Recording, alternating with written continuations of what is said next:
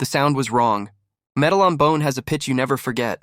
I was still pulling my keys from the ignition when my son screamed my name, a sound too old for a 10-year-old throat. By the time I reached him, my brother was already backing away, pipe loose in his hand, eyes calm, almost bored. My parents didn't run to my child. They ran to my brother. He shouldn't have talked back, my mother said later, as if she were explaining a spill on the carpet.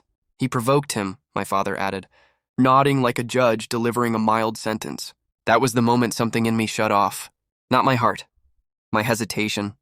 We grew up believing blood meant protection.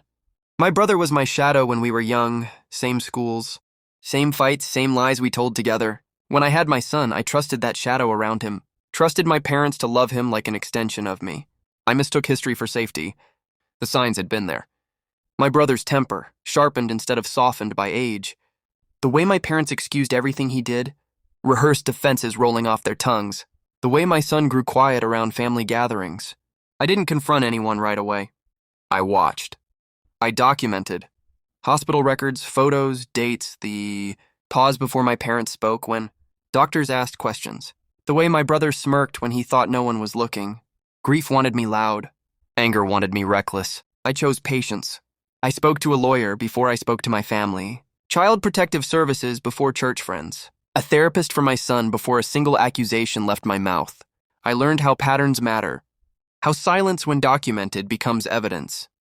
I let my parents talk. I let my brother lie. Every word went into a file. The plan wasn't revenge. That's what I told myself at first. It was correction. The confrontation came months later at my parents' house. Same living room where they'd decided my child deserved pain. I brought folders, medical opinions, a recorded admission my brother forgot he'd made after too many beers. I watched their faces change one muscle at a time. Denial cracked first, then fear. My brother tried to laugh it off. He always did. Until the officer stepped in from the hallway. Until my parents realized their loyalty had consequences, not dramatic ones. Practical ones, charges, court dates, supervised visitation they didn't qualify for. My brother finally looked at me then. Really looked. I didn't raise my voice. I didn't need to. This is what accountability sounds like, I said.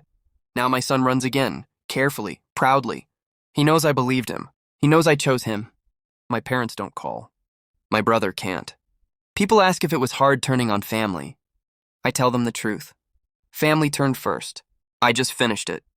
Justice isn't loud. It doesn't swing pipes. It waits. And when it moves, it doesn't miss.